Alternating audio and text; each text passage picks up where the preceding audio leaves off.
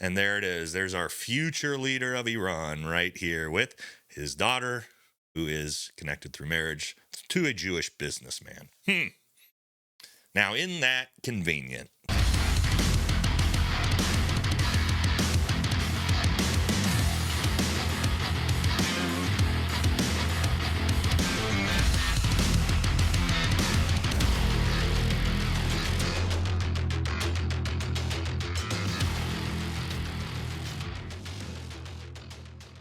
Welcome back to the channel, everybody. So, the United States has officially announced that it has an attack plan in place to enter this conflict. It all hinges on a simple press of a green button, an approval stamp by President Donald Trump, and here we go. And here we go. But a lot of people think this is going to be a strike on these underground nuclear facilities. I think something else is coming because I think they're really foreshadowing things, right? And then I'm going to walk you through my thought process in this video. And what is that? What do they really want more than the nuclear facilities gone? Regime change, baby. And I think they've tipped their hand on how they're going to do it and who they want to put in. That's what we're going to do in this video. All right. So don't forget to like, comment, subscribe. Helps the channel. Follow us on Patreon. Grab some merch. Let's jump into this bad boy and talk it through. All right.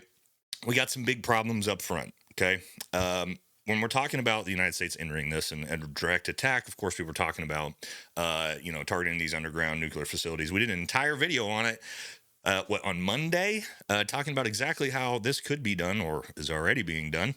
And the mainstream media has dogpiled on behind me, so you all are welcome, mainstream media, for that video. But here's some issues. President Putin of Russia has told Donald Trump that he has hundreds of Russian scientists deep underground in these facilities. Okay, so attacking those is potentially going to cause a massive conflict between the United States and Russia. So what do I think they're going to do instead? Well, we keep getting comments from Bibi, from Trump, about removing the Ayatollah, because again, that's really what they want. So let's check these videos out first. So are you going to target the Supreme Leader?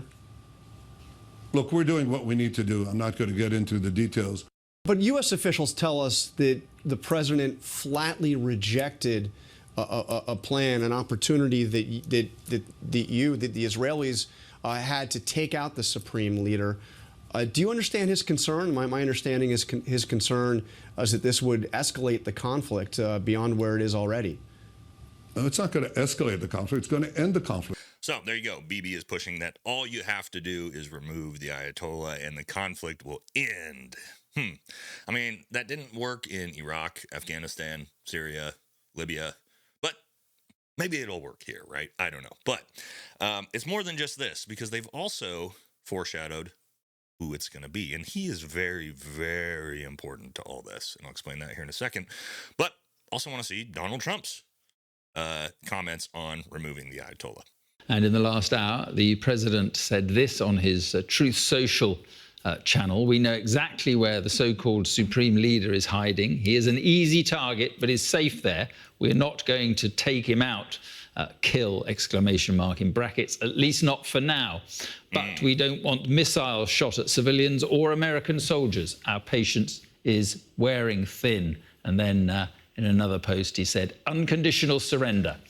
Iran has made it clear they're not surrendering and they're not going to give up anything. So keep that in mind, right? The United States has said over and over again, this kind of chain of events is very important. Israel has made it clear, and I did an entire video on their capabilities with bunker busting munitions. They do not have the capabilities to reach these deep, deep underground facilities. The only way that can be done, like we did watch this video, described everything in it, not going to go too in detail on that, is GBU 57. Okay, that's the only way we can actually penetrate hundreds and hundreds of feet into the ground to make these types of strikes. Okay, so if Israel can't reach these nuclear facilities, and Donald Trump in America has said over and over and over again, we will not allow Iran to have the weapon. Well, and Iran has stated, we don't care what you think. We're not giving it up. There's only one thing that can be done, and that is to use a B-2 Spirit bomber and drop, the FOAB down in there to get rid of these facilities. Okay, so that should clue you in that America is going to enter this. They have to. There's no other way to do it. If Israel can't solve this problem, America said it has to happen. We got to do it, right? However, I don't think we're going to actually target the nuclear facilities, especially with all those potential Russian scientists down there. Who knows if that's true or not? This is what they're going to do. They are going to, and this is my conjecture, I'm just throwing my theory out here because, again, all this foreshadowing, especially with this guy, the former crown prince, exiled crown prince of Iran, they are going to remove the Ayatollah from power and install this gentleman, the exiled crown prince of Iran, who is hitting the news cycle, hitting the interviews to call for the Iranian people to rise up. Because, guys, anytime you have regime change, you got to have a pro-Western puppet to install in the back end. And here he is. And he's an interesting one. We're going to talk some Israel connections with this guy here in a second as well. But let's see what he had to say. Relationship with our neighbors in the region, whether it's the Israelis or the Arabs and others, but also with the free world. And Iranians are waiting for this opportunity to prove the world that unlike this regime, we are in spirit and in thought and in principles and values the very same thing that free nations in America or in Europe are enjoying, and Iranians deserve better than what they have. And that has always been my life ambition, to help Iranians achieve a secular democratic future, because they deserve much better than what they've got right now, and we will get there. So if the Ayatollah is overthrown, what happens? Who would take power there, and what do you think your role would be? Well, I've stepped in the scene to lead this transition, to be able to see the process not only now until this regime finally collapses. All right, guys, but before we talk about what interesting ties the Crown Prince has to Israel, it's summertime. And if you're like me, you're outdoors doing tactical stuff, fitness stuff.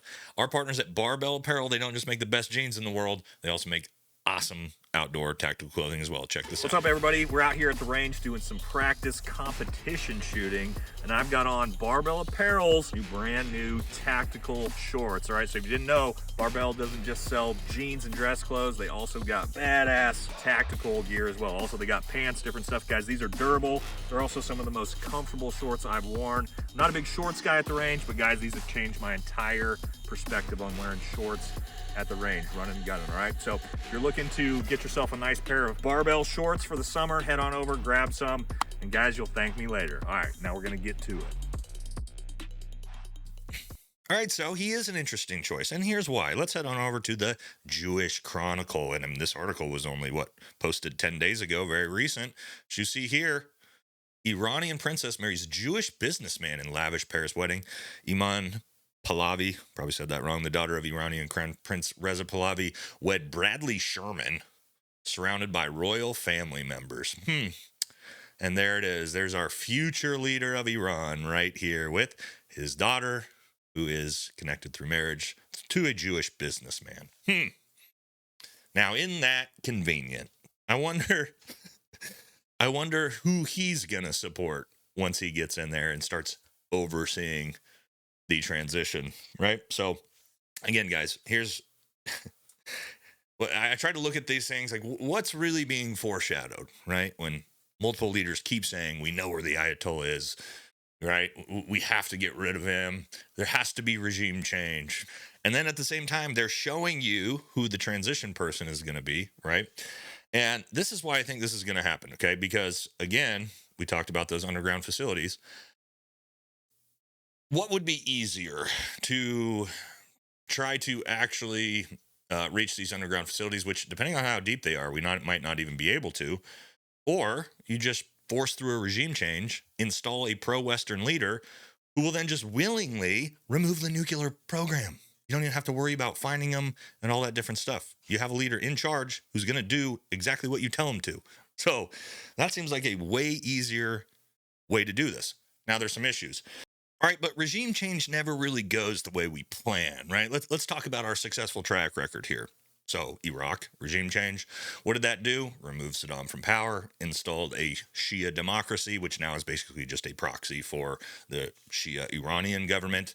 Not great, right? You have Afghanistan.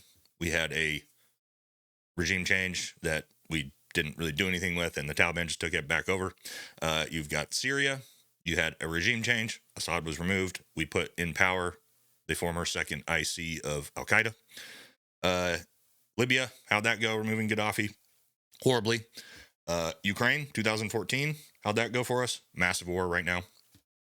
So yeah, regime change doesn't seem to go quite how we planned. So I don't know what the plan is going to be, but I'll tell you this, it's going to be very, very difficult, right? So just looking at Iran, we hear conflicting reports. You always are going to hear, and we've heard this about Iraq and Afghanistan and every place we've ever been.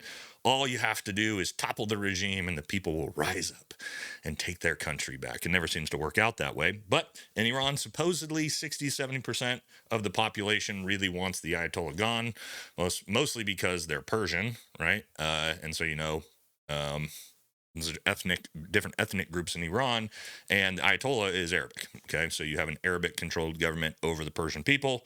The problem is the Revolutionary Guard. Like, you can remove the Ayatollah from power, and then what? You create some type of vacuum. Who's going to fill that vacuum?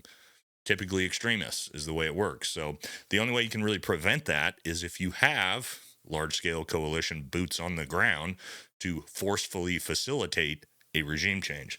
So I'm not exactly sure what the plan is or how they're planning to do this, because this could just get infinitely worse, like it has in places like Syria, where we remove someone from power and it creates this nasty vacuum that makes everything worse. So yeah, that's my theory. I think that's what they're going to do. I don't know how they're going to do it, but again, all signs are sort of pointing to probably in the next 24 hours, considering the United States has again foreshadowed the fact that the plan is in place. We're just waiting for the green light. Yeah, that's kind of scary.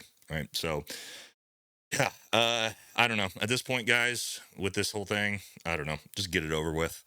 Right. I don't think anything's stopping it. Obviously, political pressure from, the conservative party, from both sides of the aisle, from Americans, and nobody seems to care, at least in politics. They're going to do this no matter what. Iran is on the verge of toppling. They're not going to waste this opportunity, guys.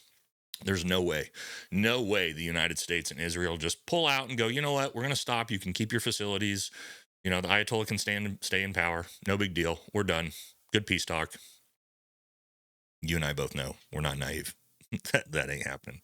All right. So we'll have to wait and see. But yeah, this is my theory on what's going to happen probably the next week. See if I'm right. All right, guys. That's it for this one. Take care.